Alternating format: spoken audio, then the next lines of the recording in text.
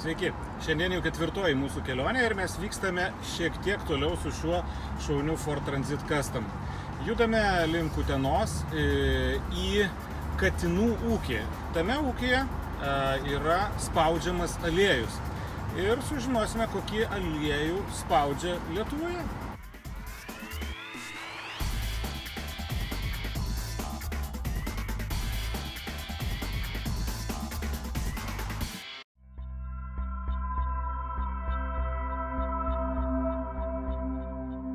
Mūsų amato pati pradžia tai yra va čia, yra garbingiausia vieta, yra būtent linų sėmenų aliejus.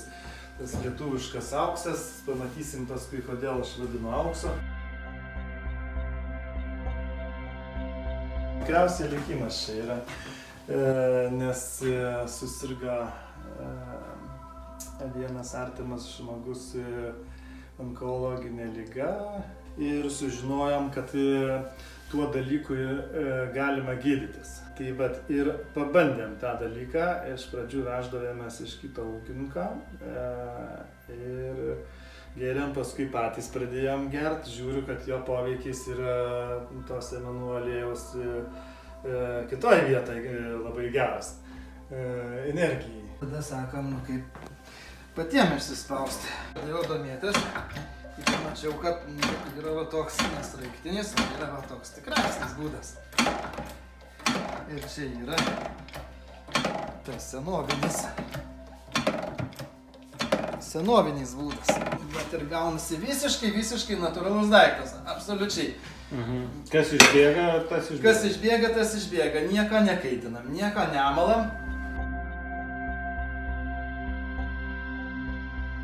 Daug metų gyvenam Utenoje ir dirbam kompiuteriu, tokį mažą versliuką turėjom, parduotuvę. Ir jau keletą metų atgal svajojom, kad visai norim, visai nieką bendrą su miestu neturėti. Tai iš tikrųjų tai dabar dar kažkaip net nesuvokia, kad tai gali būti gera. Iš tiesų, kad atsikeli ryte ir tu supranti, kad tu gali pusvalandžių vėliau, pusvalandžių anksčiau.